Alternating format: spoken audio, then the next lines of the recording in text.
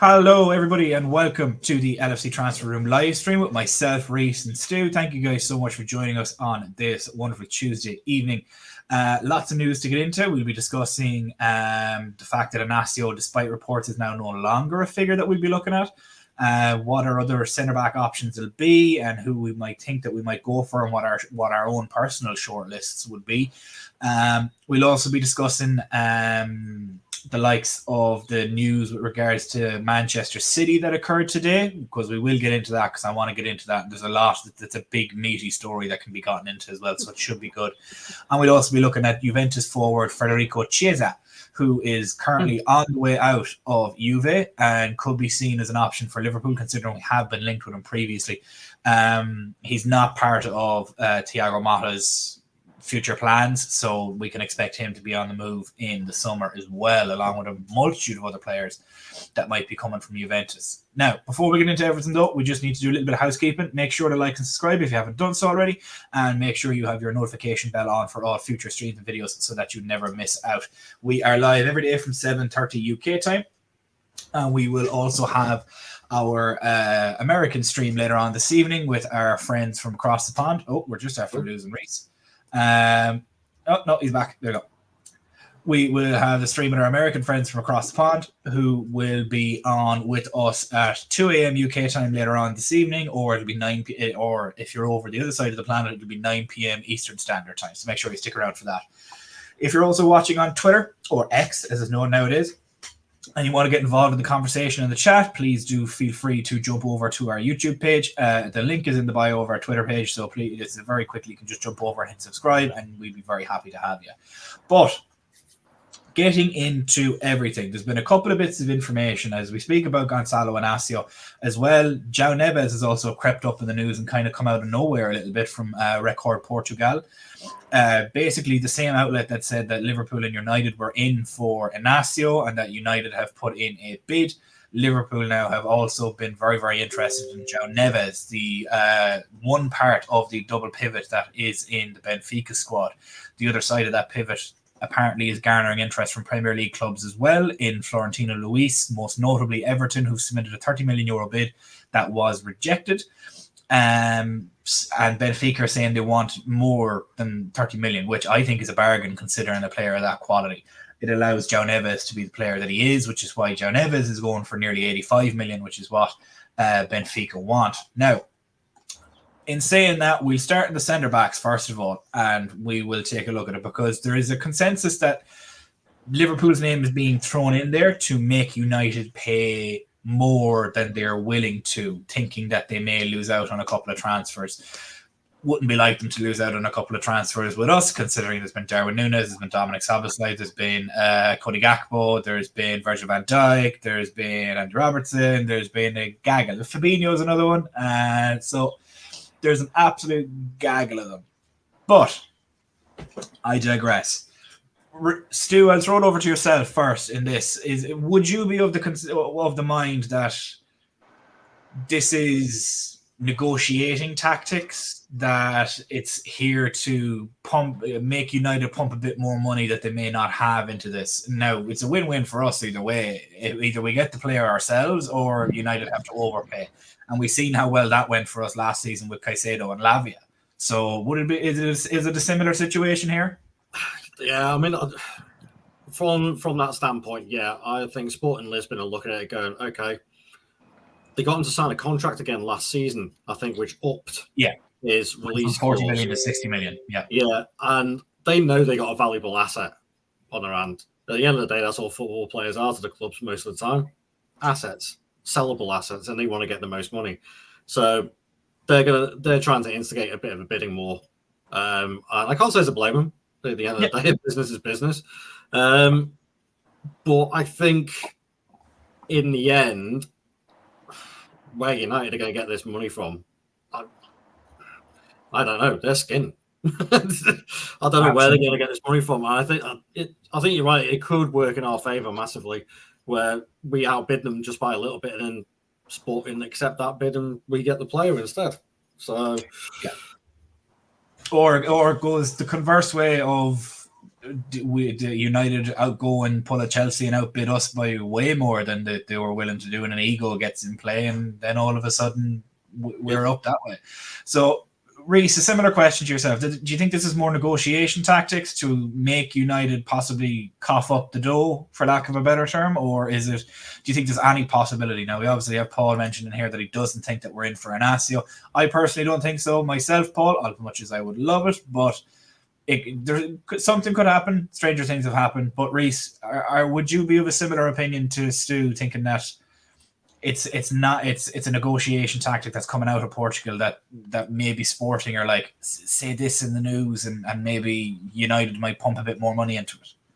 Potentially, it could be a negotiation tactic. I wouldn't put it past that, because we've seen that, like you said, with the Lavia and Calcedo, and a lot of clubs, sometimes they probably just try and see if they've actually got the money to do it and other club haven't, then they're going to see, let's see if you're bluffing or not. But I would like Inacio, but potentially also I feel it could be that maybe we're not looking at Inacio. That's just a name that's being linked. Because really, if we're going to get him, we should have really got him last year when the price was at a lower price. So right now, not sure, kind of in the middle. It's quite frustrating with Liverpool, because obviously every year you always hear this name, that name being linked. So I'm trying not to read into everything. All I can see is other clubs are moving, and we're not really moving at all. Well, we've moved as much as anybody else has. The only people that have made signings so far this summer Palace signed the player. He's underrated. He's a good player. I think on a free. I can't remember his name. Chelsea signed that centre back from Fulham. Obviously, I know we're looking for a left-sided centre-back, but he's a good centre-back. We could have got one for free. Yeah, but he's going away on a free, though. So Chelsea and Newcastle are the only two that have made any that were close to us in the realm of it that have made any sort of move. And they both made free signings, which is a very telling indicator of their financial situation at the minute, both with Newcastle and with Chelsea. Yeah. I do agree with you, though. I would like us to delve into the free agency market. I would have loved somebody like Lloyd Kelly, myself, from Bournemouth. I would think he would have been absolutely fantastic. Or Kirkes as well from Bournemouth would have been another good shout too. Realistically, though, Reese, give me your short list of centre-backs. Like your top 5 of who you think, or your top 3 or 4, however many it is, that you think we should be aiming for, and then tell me who you think we'll get. Okay. The 3 that come to mind, obviously Inacio, the one who's at Bayer Leverkusen. I think he's the young centre back, Euro, but I think he looks like he's probably going to go to Real Madrid. The last one I've mentioned is from Chelsea. Levi Colwell, yeah, was left-sided as well. In terms of who we're going to get, I don't know, because I was looking at Inacio, and then obviously come out that we might not be linked with him. So, but I know from what it looks like, definitely will be a left-sided centre back. Yeah, it seems to be the main focus, that it's always going to be a left-sided guy. Stu, the same question to yourself. Who would your top 3 to 5 be in any particular order, and who would you think we'll end up getting? It's pretty much the usual suspects. As we said, Inacio was one on the list. Yoro was another. What's his name? Pacho. Yeah, yes. Frankfurt. Scalvini at Atalanta was until he done his ACL. Until he done his ACL, yeah. Unfortunately, feel sorry for him, young lad. Like, not fair. And oh god, there was one more. It was actually Inacio's centre-back partner, Diamonde. That would have been one of mine too. That would have been mine. Because he's actually versatile in defensive play either side, but also he is a bit of a bone crunching DM as well when he wants to be. So I'd say probably out of all that list, initially it would have been Scalvini before the injury. I just rate him that highly, but probably Diamonde because of his versatility in that center area. Yeah, that would have been my options as well. For me, it's been Inacio since this time last year, the past 12 months, I've been singing that kid's praises. It's always been him. And then the second the links, as you guys seen in the group chat, second the links got shared, everybody was tagging me, being like, "Oh my God, we're in for him, we're in for him, we're in for him," and I just absolutely went nuts. But it is one of them. So I'd have Inacio as my number one. I would have had his co-partner Diamande as the number two. And then I would have had Levi Colwell as the number three, purely on the versatility of being able to play on across the back four.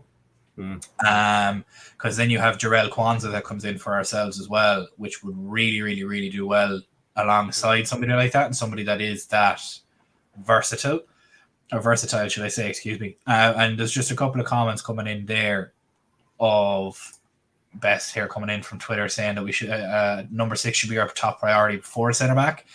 That depends on, for me, that depends on how we play. If we play with a double pivot, I don't think it's going to need to be a priority because we'll have the cover there with the likes of Stefan Bajcetic and others that are there. If we're playing a singular defensive midfielder, yes, it would, which is why I think we're leaning more to play a 4-2-3-1, and that's a formation that Michael Edwards loves as well. Just scrolling up to here through the comments as well. Paul asking, do you guys think, barring injury, Virgil and one of Kwanzaa or Konate will start the first game next season? Yeah, it's going to be the two of them, or it's going to be two of the three of them, in my own opinion. Now, that's on current form. I think it'll be Virgil van Dijk and Kwanzaa. However, a full preseason and a Euros may tell a different story.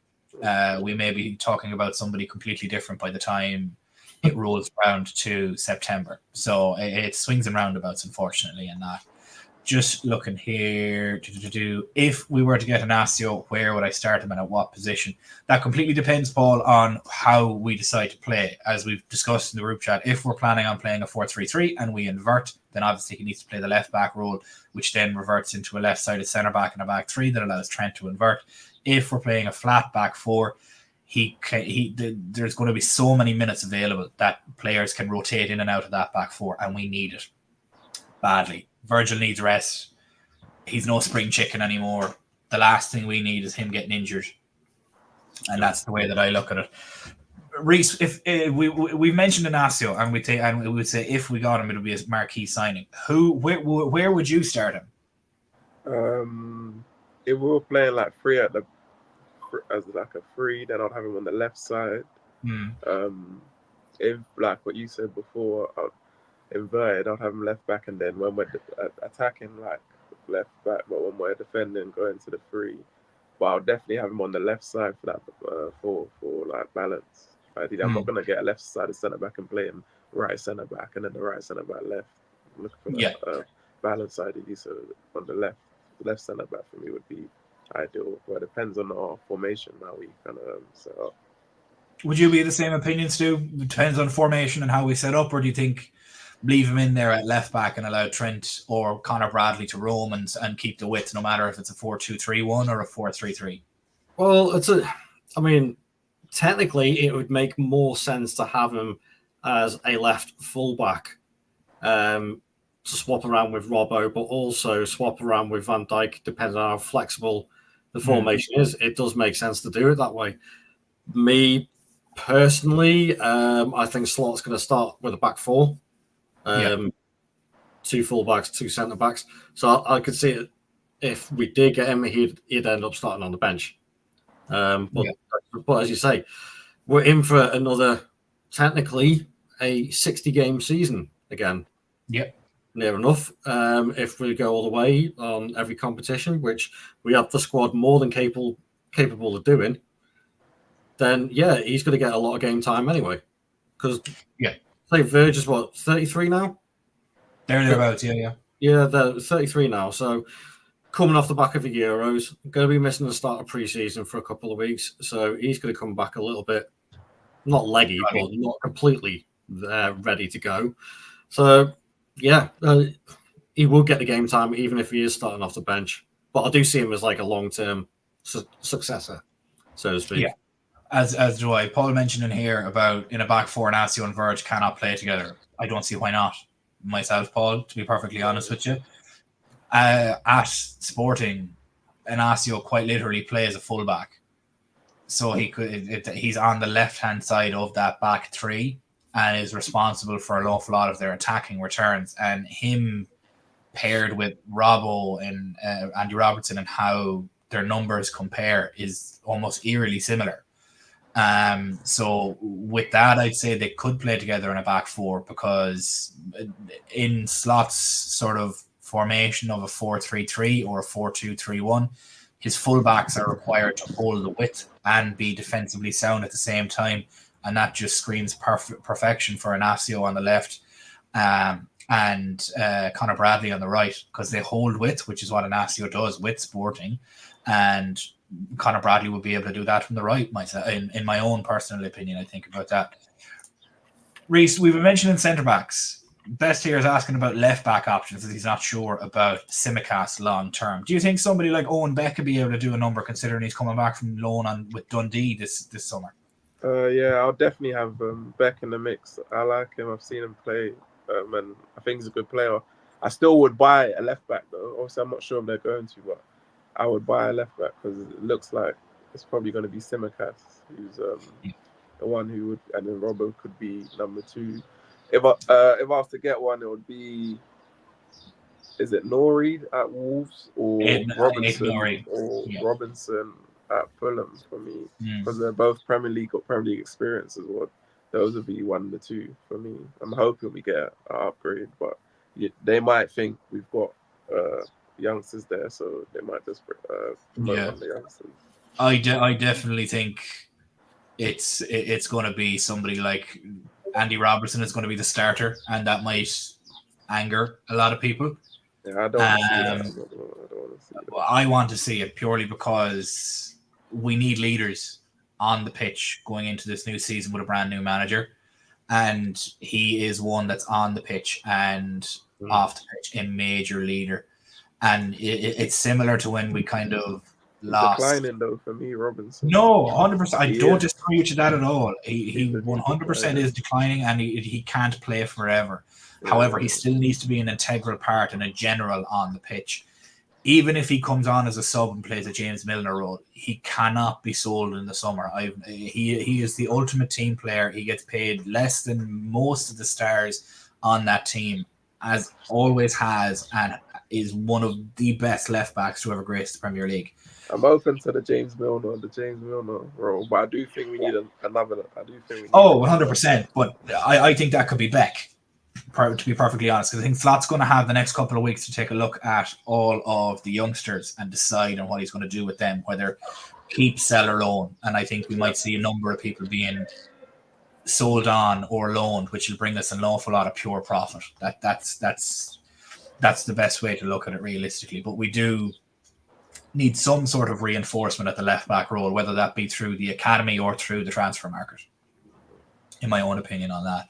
Just having a quick look at some of the comments here from everybody, and we have Paul mentioning about João Neves, that he's too tiny to play a 6 for us. He's not. He's a McAllister. That's it. That's his role. He in a double pivot McAllister role. He's an 8 that plays deeper in a 6 role. Imagine what Alexi McAllister is doing with us now, but from the 6th position, which is why I was mentioning, Paul, about Florentino Luis coming in and being beside our McAllister and our Trent, being able to be that defensive player that's there. He is quite a small person, but then you need a bigger, stronger, more defensively sound guy beside him, which is what somebody like Luis would be, or even the likes of an Ederson from Atalanta, or my own personal outlier, dark horses, Friendrup from Genoa in Italy as well is another option that I'm looking at. Just having a look here, John mentioned, he's asking how many players do we think we will sell and why. Stu, I'll throw that question to yourself. How many do you think we will sell and why? Or will it be more a combination of selling and loaning a couple of players? I do think we are going to sell probably 3 or 4 players this summer of the main first team squad. So Kelleher, I think, will be one to go. Tsimikas, I think, is another one that will go. A little bit controversial. I think Diaz will go. And I've got a feeling one of the midfielders, I can't quite think who. Just somebody's on the periphery a little bit, not quite getting the game time, maybe on the way. But I definitely think Kelleher and Tsimikas are nailed on to go this summer. Yeah. As for the youngsters wise, I don't think any of them are going to get sold. So the likes of McConnell, Clark, Gordon, Kumas, and all that, I think they'll probably just earn all season long loans. I think the most important thing for them now is their game time. Yeah. And I think they do have to look at going to a League One, League Two team for their age range. I think they're good leagues to go into. Yeah. Guarantee first team football, get that season under the belt, and come back better. And it works. Yeah, well, take a look at Jarrell Kwanzaa and Conor Bradley. Played League One last season with Bristol Rovers and Bolton Wanderers, and came back in and absolutely bossed it. So it's clearly a formula that works. Reece, what would you think about the likes of the two boys that are with Hull, though? They weren't two names that were mentioned with Stu. Fabio Carvalho and Tyler Morton. There's another two as well, Stu. How do you think they'll fare? Do you think Fabio might be on his way out and we just get a cheeky 30-40 million for him? I would like to keep Carvalho. I would like to keep him. And if we are more flexible with our formations, the 10, then I would try him out there. But I could see us potentially selling Carvalho because we got, if you think about it, we do play the 4-3-2-1. We got Curtis Jones that can play the 10, McAllister that can play the 10, Sabozalai, and Elliott. And with some of the youngsters as well, we have a lot of midfielders. The only area we really need to proper strengthen is the 6. But in terms of the rest of the position, we got loads. So I think 1 or 2 may get sold. Similar to Stu, I would say Kelleher, Tsimikas, Phillips, I think it's going to get sold as well. Maybe a midfielder and a Diaz. I think from the sound of things, Nunes is staying, Salah's staying. Obviously with Salah, I hope they give him an extension so you get some money for him next year. I don't want to sell him or let him go for a free. I'd rather sell him like now. But yeah, I do think there'll be a few sellings because it's buy to sell. So obviously they'll give some sort of budget, but you're gonna have to sell some players as well. Yeah, I completely agree. And just a couple of comments that have come in here just since. So Hendrik's asking who's going to replace Mo. Nobody. You can't replace him. You can recreate him, but you can't replace him. So I'll give an example of how we did recreate him. When he was missing earlier on in the season for injury and AFCON as well at the same time, all of our front line picked up the slack. So Darwin Núñez led the charge with in a space of 7 weeks. He had 5 goals and 2 assists, something like that. Basically getting a goal contribution a game. And we won every game, bar one, which was a 3-1 loss to Arsenal.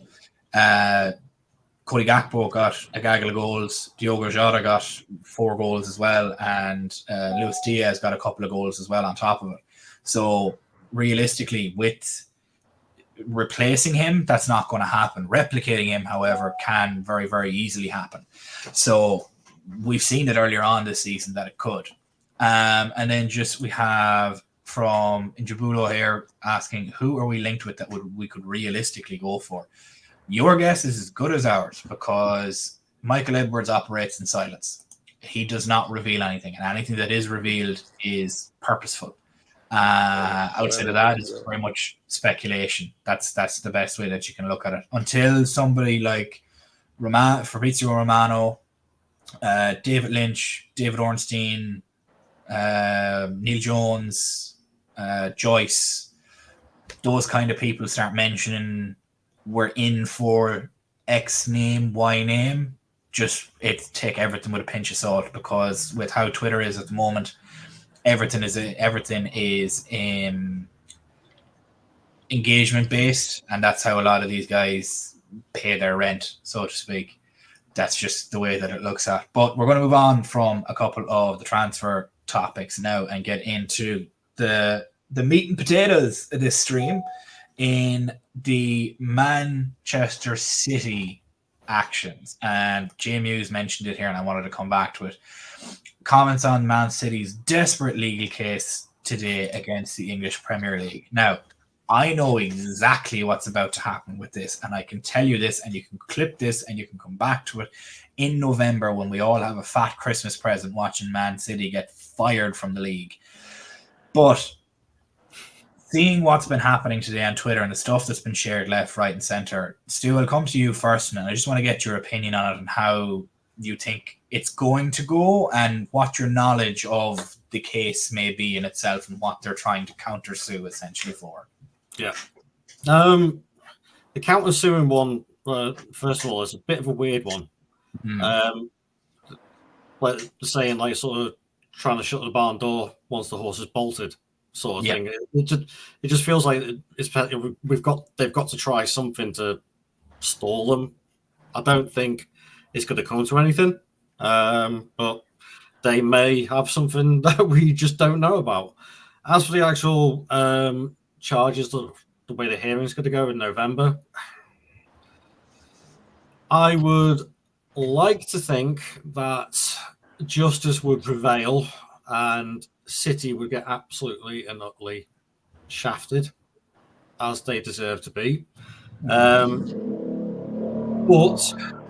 I've got a sneaking suspicion that I don't think they're going to get anywhere near the justice that we as opposing fans, not just Liverpool fans, but fans all around the world, demand. I got a funny feeling there is too many other connections politically as well with the owners of Man City to our entire country, basically.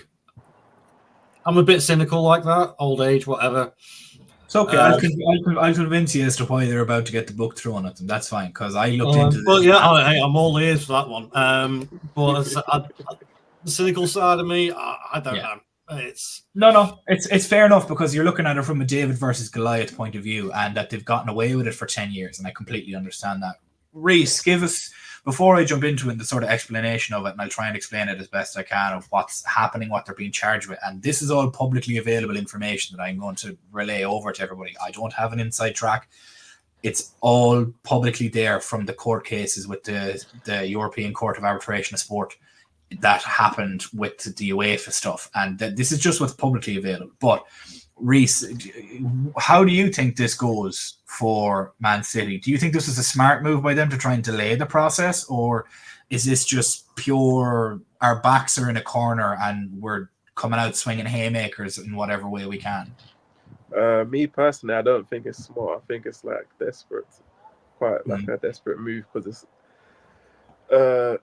they're facing a lot of charges, and obviously there's been a date set now, which is November, which is good, because I think before then they were talking about maybe 2025 or something, and I was thinking it's taking so long.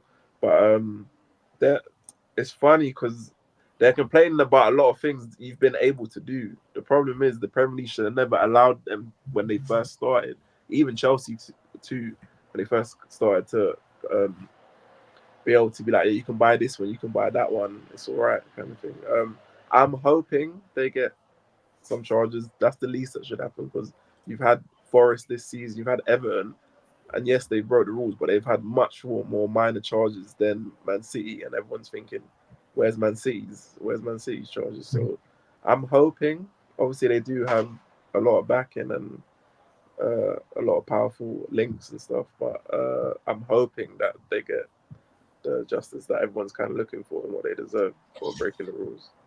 Yeah, 100%, and they will, and it's as ECBC mentions here, it's flexing before the fight, essentially. Yeah. So what's happening is just to catch everybody up, what's happening is that Manchester City have come out and are bringing legal action against the Premier League and the FA, essentially, for saying that the rules that are being imposed on them are illegal.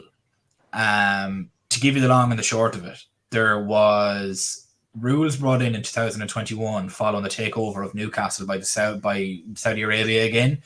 And what the rules basically stated is owners cannot inflate sponsorship money through companies that they own that sponsor the team. Essentially, if I owned a team and I had SG Limited as a sponsor, and that was like the kit sponsor, kind of like Etihad, and I gave Etihad money from my own pocket to add to their money that they then sponsor the club with, that's seen as inflating the money that's coming in, because the money that I earn comes from the club. So it's basically, it's a roundabout way of an insider trade that I'm inflating my money. It's kind of like what Trump did over in the States with inflating his assets value to be able to gain more money and more loans to buy more assets, to inflate them, and it's a snowball effect, and you see where it happens from this. That's essentially what Man City have been accused of, and that rule was brought in 2021 when the takeover of Newcastle happened, and it basically means that you can't inflate, and you need to be able to dot every I and cross every T and every bit of money that comes in and out of your club. If you don't, you will be subject to charges. Lo and behold, what have Man City been doing for the past 10 odd years? And it's, if you go and look up, I cannot remember the name of the guy that was on Twitter, but he done multiple different threads on it. I'm nearly 100% sure of it. If we can find it, we'll post it, or I'll try and find it now in the next few minutes.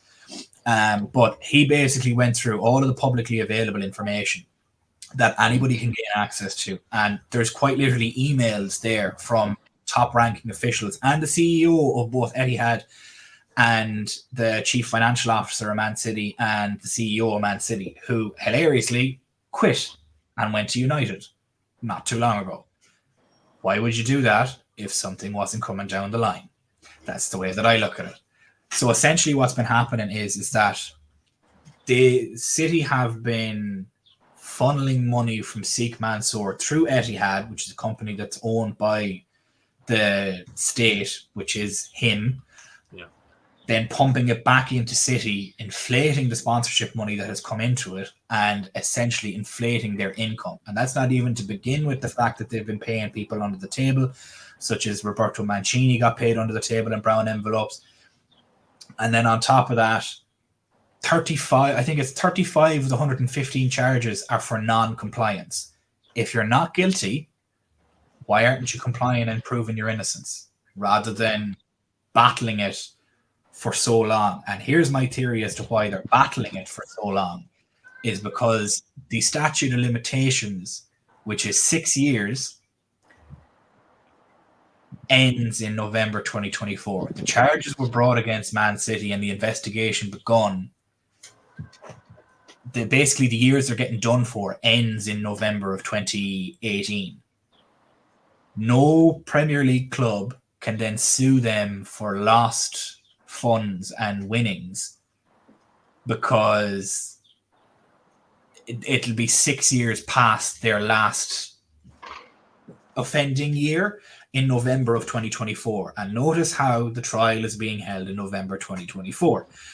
I can guarantee you that trial won't last 6 weeks. That trial will last 2 weeks, maybe 3 at max, and we'll all walk out of there laughing at City for getting relegated. And they'll probably try and take a plea deal before then to maybe lessen the punishment that happens to them.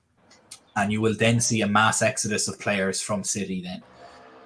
Basically, what's been happening at Manchester City is they've been inflating their own funds through their owners for 10 years. And now that they've stopped since 2008, between 2018 and 2020, they stopped doing that more or less, because they've now built the framework. If you notice, before Pep came to Man City, they had a net spend of £740 million negative, as in the negative net spend. Since Pep has been there, they have a negative net spend of 800 and something million. So in the time that Man City have been bought, since 2008, they have a negative net spend of 1.5 billion. That's not complete spend, that's negative net spend of buying and selling. There's been some summers, and you can check all this on Transfer Market, the website. There's been some transfer windows in some years where they've spent 300 million and only sold 100 million worth of players, where they've had a negative 200 million euro shortfall, which is nuts. So I can promise anybody that is doubtful of this, the Premier League has not fucked around. They have quadrupled their legal fees on last season. Their legal fees last season were £5 million. Their legal fees this season are £20 million. The Premier League are not playing around here. And there's going to be an independent adjudicator that's come in. And I can't remember the name of the judge. There was a judge when this was initially brought to the basically Court of Appeals throughout the UK.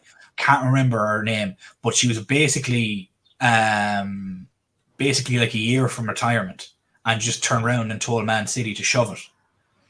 That you won't be allowed to appeal, and this is in perpetuity. You can't appeal this. And then now she's retired and nobody can overturn that, which is absolutely beautiful.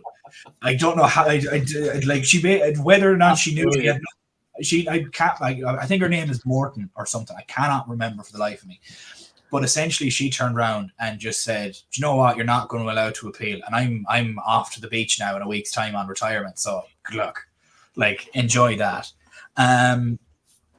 But it's major, and Jimmy, used to answer your question, with an election coming up in July, could you see a change in majority parties taking more government involved approach in the corruption in the English Premier League?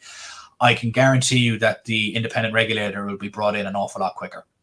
That's the way that I look at it. And depending on, because the CEO of the Premier League has had to report to Parliament multiple times, because of the money that's been fired back and forth and relations with other nations, namely the US and the Middle East, there is going to be major changes coming. Now, I'm Irish. I have no horse in that race. It's going to be one of these things. And Paul is quite right in this, that it's like the Patriots Spygate and Deflategate. It's very, very much like that. But the league will not huff and puff and nothing will happen. The NFL is an entertainment business. This is a sport that goes back multiple years. And as ECBC says here, Patriots lost draft picks. They didn't get away unscathed. So it is that. But I'll open it to the floor. Stu, Reese, I've talked for a fair bit there. Has anybody questions for the class? No, I think you presented a fair argument. Actually, I didn't know that about the 6-year period. I think that's pretty. Yeah. It's pretty standard for like some financial markets that like still after 6 years accounts are scrubbed, so to speak, and it stands to reason. I didn't know it was that point of November this year, and that makes it that 6. That does make it a little bit more. Oh, hang on a second. Yeah, doesn't it all kind of add up a little bit? it adds a little bit of extra spice and spin on it. And okay, I'm still not fully convinced. Don't get me wrong, but I'll find that more open-minded on it. Yeah, I'll find that thread and I'll send it and I'll put it in and I'll tag you, both of you guys in it, and I'll see if I can find it now in the next couple of minutes, because it was sent to ourselves on Twitter. I'm going to see if I can get it here, because it's genuinely a very good read, and I'll tell everybody who to go and read it from, because it's bonkers. Like you could literally get a cup of tea and a few chocolate biscuits, sit down and go and have a look at it for yourself. Hold on, here we go. Have it. Okay. The Magic _ Top Hat is the guy that done the thread. He has like 5 or 6 different threads. You could literally sit for 6 hours and read about how badly fucked Man City are. It's I have it in the group chat. I'll send it to both of you guys after this, but it is absolutely nuts. And it's quite funny considering what Man City have complained about today, in that just the wording of it is what made me laugh. Because they turned around and said the fact that a rule change requires a 2/3 majority vote gives an unacceptable control to the majority. And I'm kind of like, that's how a fucking democracy works, you idiots. That's how it's supposed to work. The majority rules. That's how it works. Maybe it's a foreign concept from the part of the world you guys are from, but it's how it's supposed to work. It's exactly that. It is. Because they don't operate under a democratic system. They never have. They're playing the victims as well. They turn around and said it's discrimination against owners like ours. And we're like, no, it's not. And then they turn around and said that they turned around and said that you didn't do this when United were dominating. And I'm kind of like, yeah, because profit and sustainability only came in 2013. You idiots. So like United's last Premier League was 2013. So yes, they couldn't have done anything for that because it was before profit and sustainability came in. You dopes. Oh, it's just it genuinely boggles the mind that this is it. You can, because of that, you can see it's pure delay tactics. Absolute delay. And if anybody says that they were found innocent by UEFA, no, they weren't. They were never found innocent.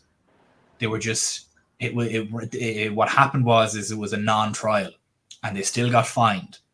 So they were never found innocent. They were technically found guilty, but because it had gone over a certain amount of time, they couldn't charge them for it.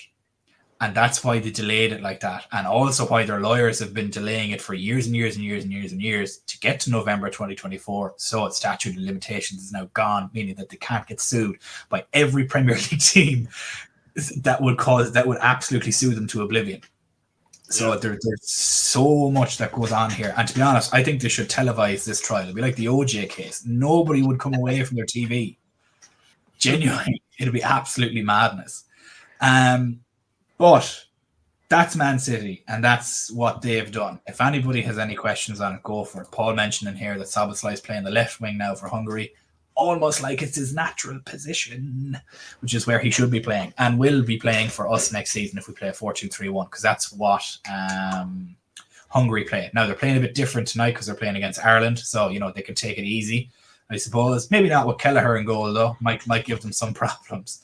But we'll see. Paul, Man City and Paqueta deserve each other. I like that one. That one's a good one. But one other guy that we need to talk about today on back to some transfer news, and we'll do enough talking about Man City. They're going to be in the news all summer anyway, and they're going to be, and it'll get closer to the time again.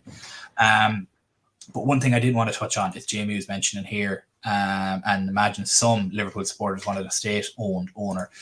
The only reason I think they wanted that, Jamie, is because there's no other way you can compete with it. Genuinely. And that's the sad point about it. It was almost as if it was selling part of the soul of the club to be able to compete. And while myself, I wouldn't have been okay with it, I can understand some fans' reasoning behind it and the fact that you need to fight fire with fire. And unfortunately, the only way to do that is with state ownership like that and unlimited funds. It's the unfortunate consequence of it, sadly. It's hurt. I don't agree with it at all. But anyways, back to some transfer talk. Federico Chiesa, who is a winger for Juventus, is not in Thiago Motta's plans for the future and is possibly on the way out. Well, I say possibly, more than likely on the way out this summer, considering he's been a person that has been linked with Liverpool, and we may be in the market for a front man who is versatile and can play across the front three, maybe play a right wing and be the sort of gap between Ben Doak and Mo Salah, be a left wing if somebody like Diaz decides to leave and be depth there, maybe play as a backup 9 or play in a 10 role, anywhere along that front sort of 4. Reece, 26, he's 26 years old. He's had a bit of an injury history. As Jamie was literally just mentioned here, he's injured as much as Diogo Jota.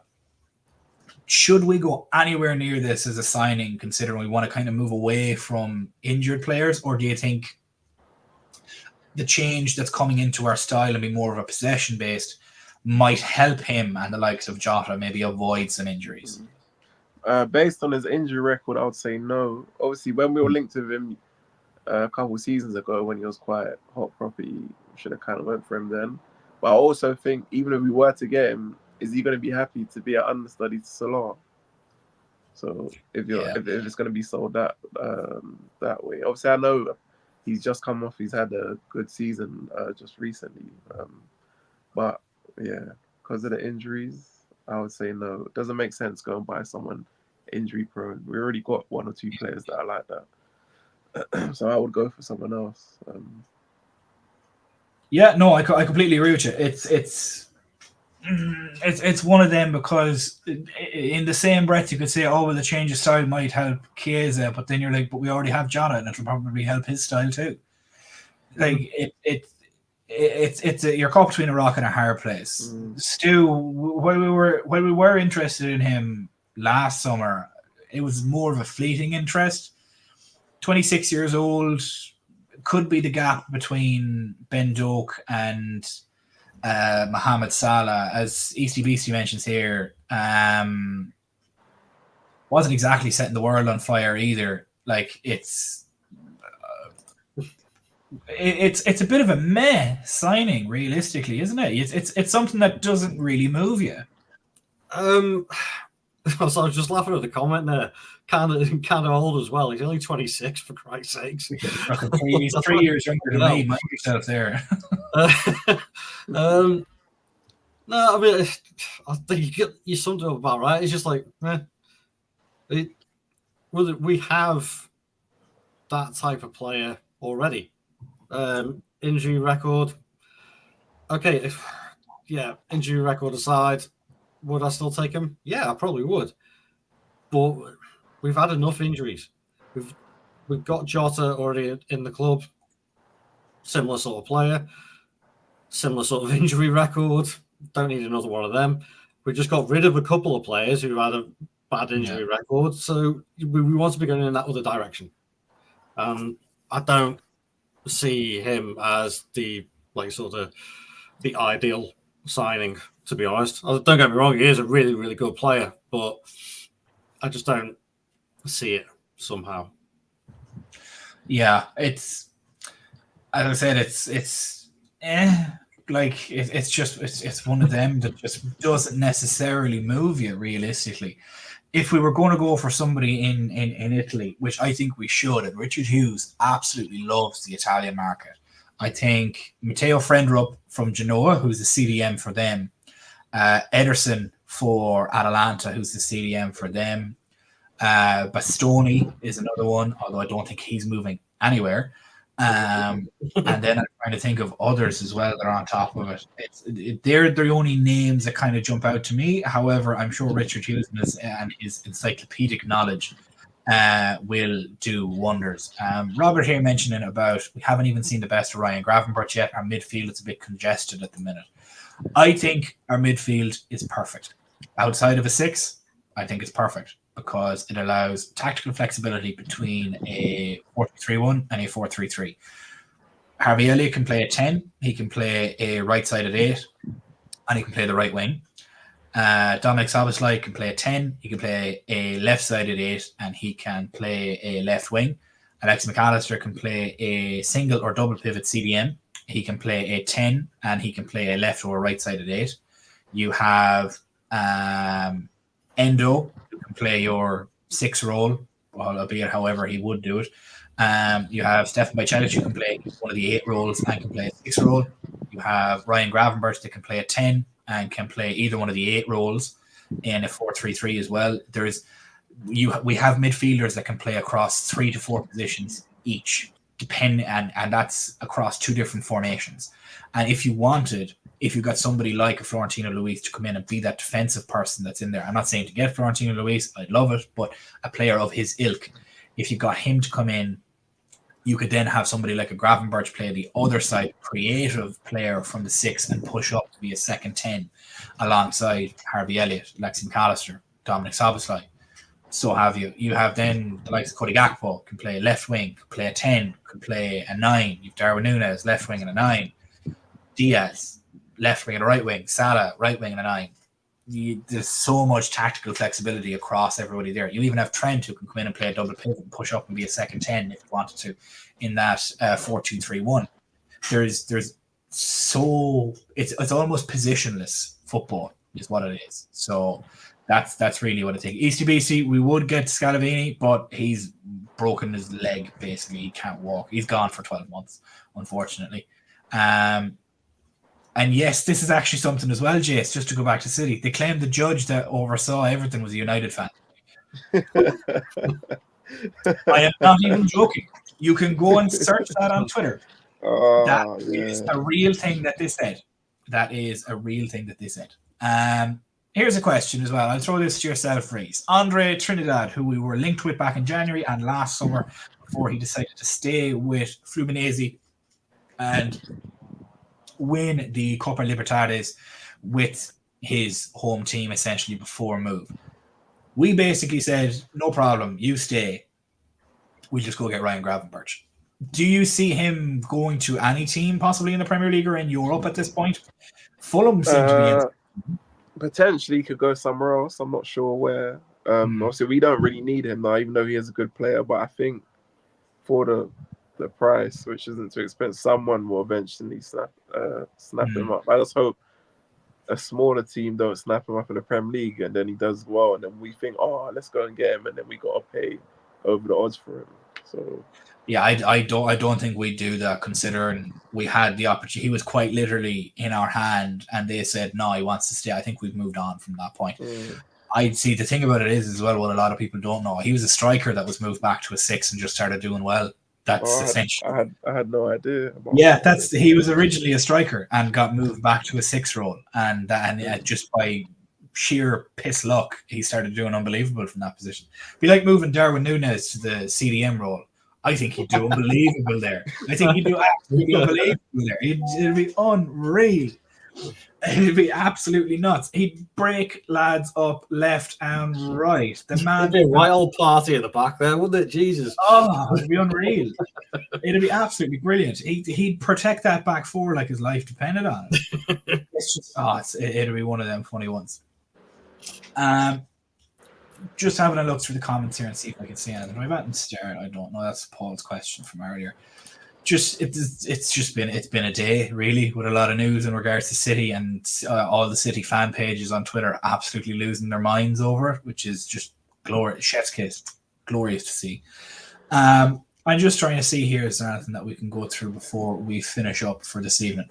Here we go. Jamie, Stu, I'll throw this to yourself. Comments on the Chelsea be naming Maresca as their new manager. For me personally, I think it's a bit of a desperate move. But yeah, sorry, Jamie, we got to it. The new Chelsea manager, it's a bit mad considering who rejected them, supposedly, and then they went for him considering he has a 28% win percentage in Serie B and was a League One manager 12 months ago. Yeah. I think it's a bit of a daft one myself. What about you? It's Chelsea at the moment. Well, since Bowley took over, I mean, Spurs have their saying of being it's Spursy, and all I can put it down to now it's Chelsea. What else can you expect? Chelsea were absolutely cooking towards the end of the season. Cole Palmer was absolutely on fire. Pochettino actually had the team going on a really decent run, and then they sack him and bring in a relatively inexperienced manager in the grand scheme of things, bung him on a 6-year contract. And you never know, he could get sacked next year, just like Pochettino. Then they got exactly. To pay him. It's bad business. Yeah, and just I don't get it. And I think from a player's perspective as well, you got to be sat there going, "What the am I doing here?" Like, I don't want to be playing for a club that doesn't even know its arse from its elbow. Yeah, a few of their players are upset about that as well. Yeah, they were. They're building a rapport with Pochettino towards the end of the season. But obviously, Poch has probably asked for more control, which is fair enough, or more control on transfers.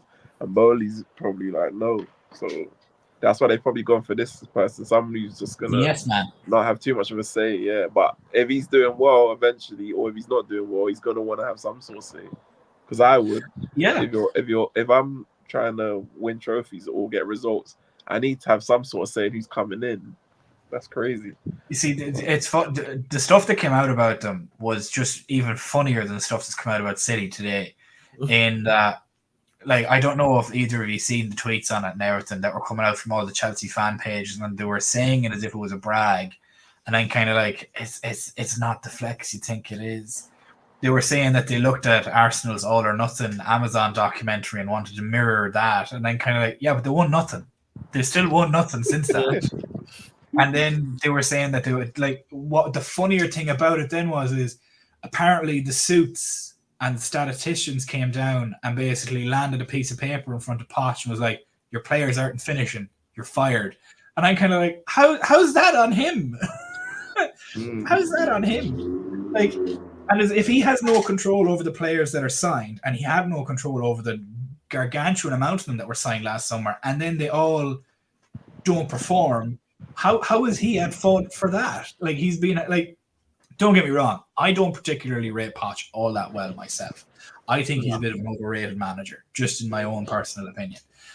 Disagree with that, argue the wall. I don't mind. You're not going to change my mind on that. I think he's a bit of an overrated manager. I don't think he can develop a squad. I think he can only have a ready-made squad there for him, which is probably why they tried to do what they did last summer and just get everyone.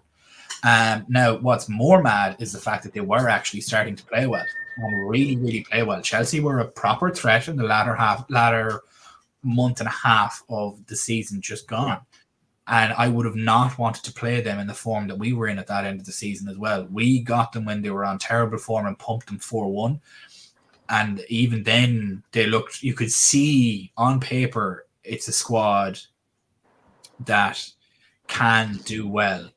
And but see, this now, it's going to be a whole new system. Cole Palmer may take a step back and he's your cash cow. Levi, you need to generate 100 million worth of sales by the time. 200? Isn't it 200 they go out? Isn't it? Yeah. No, 100. No, it's 100 million worth of player sales by the time the end of June hits. Oh, But- I thought it was 2. Okay. No, I think it's 100 million pounds in player sales. They have currently tried to sell a hotel and sell a training ground to themselves by basically selling it from Chelsea to Todd Bowley's company, which has yet to be approved by both UEFA and the Premier League, meaning them going into the Conference League may be in jeopardy. And they've also come out and said that they may not accept the invitation because they're going to get banned because of the spending. And the only players that they'll be able to sell that will probably net them a profit will be the likes of Levi Colwill, which I think we should press them on that big time. Squeeze them until the last day and try and get as much out of them as possible. And because of that, they'll need to force to sell them because he's pure profit. They'll take whatever. Gallagher is another one. I think he's being looked at by Spurs and Villa.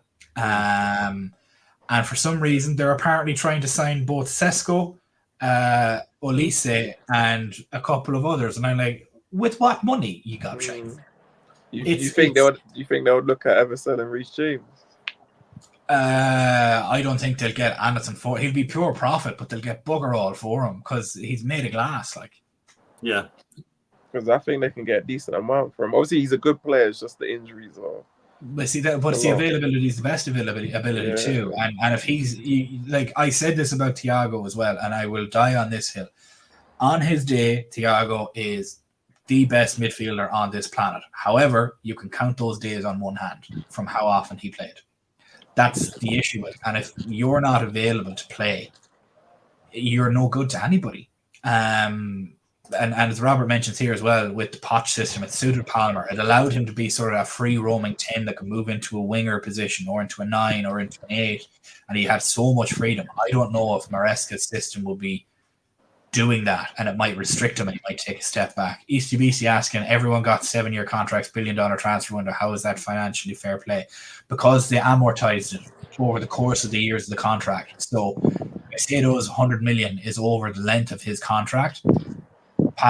Whoever they signed, Lavia's deal is over the length of his contract. So they'll be paying back like 15 million this year, 10 to 15 million next year, 15 after that. And obviously then when you compound that over the years and you get multiple players in that, you can obviously then buy it for that, like a loan, for lack of a better term. But if they get into UEFA, that now all compounds into 5 years rather than their maximum number or whatever it has. And now the Premier League also has it that you can only amortize over a maximum of 5 years rather than the full 8 years and 9 years that they want to do. So them going in, and it's the deals that are already in place with UEFA. So if they go into UEFA next year in the Conference, Europa, whatever it may be, the Caicedo deal that they are only paying £11 million on a year now jumps up to 15-16 million pounds a year under UEFA's books, and you compound that over every player on that squad, they're immediately in breach. So it may just reject going to the Europa Conference League next season, which would be absolutely madness. I think that warrants a ban straight away for denying or rejecting an invitation to it. This is, I'm assuming Maresca will be gone by Christmas. Yeah, and sure, look, they get Frank Lampard in as a manager for the rest of the year. Yes, essentially what Todd Bowley did with Shohei Ohtani. But see, the thing about it is there's a luxury tax and there's no salary cap in baseball. It's just pay whoever, and he's delayed an awful lot of his deal to the end of the year, so that at the end of his contract, so that he can just get a massive lump sum at the end of his contract. Only gets like $2 million a year between now and then, so it doesn't show up as massively on the books. But the Dodgers in about 10 years' time will be shitting it when that comes around. It'll be like the next Bobby Bonilla day. They'll be paying it off for years and years and years and years and years. For anybody that doesn't know, I think it's June 1st or sometime in the summer. It's known as Bobby Bonilla Day, which is a deal that was negotiated by a guy in the early 2000s that has him paid perpetually $1.something million until 2034. And yeah, so his agent basically got his deal and said, yeah, we'll take this money, but to be team friendly, we want it stretched over 30 years. And the team was like, yeah, cool, no bother. And he's still getting a couple of million quid a year to this day. And it will continue as so for another 7 years or something like that. Google it. It's a really interesting story about Bobby Bonilla. It's actually quite funny. And as well, because of the reverse California state income tax too, if he gets it all in a lump sum at the end. So that's why Shohei Ohtani did it that way. But enough about other sports. City are in the mud. Liverpool aren't getting Inacio.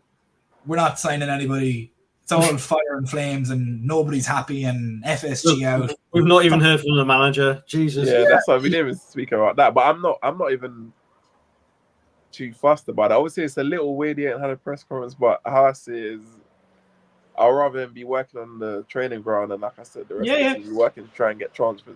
Obviously, it's a small turnover as well. But it's small turnover because you got the Euros. So yeah, I'm not. Yeah. What are you gonna ask him? You're gonna ask him why does he want to who are you signing? What's he gonna achieve? I know, like it's boring things you're gonna ask. I'd rather him get to work straight away, me personally. So yeah, no, I completely agree with you. And he's probably just doing his HR manual handling training and his GDPR training, getting all his passports and signed into every system. Yeah. We've all been on board at a company. We know how long it takes, and it is one of them. And when you've had one guy in the job for nearly 10 years, it's kind of hard to get all them habits taken out. I guarantee you somebody called him Jurgen on the first day. So like it's probably going to happen. But we're going to leave it there, guys. Thank you guys so much for joining us on this Tuesday evening. We'll be back again later on this evening for our Star Stripes at Anfield night stream. So make sure you stick around for that. But otherwise, Man City are in the mud. We'll get a great Christmas present this season. And let's look forward to a good transfer window. I'm very happy at the moment because Ireland are currently beating Hungary 1-0. So Dominic Szoboszlai, you can suck it. Queeveen Kelleher's Thanks, guys. We'll see you all later. Much love and bye-bye.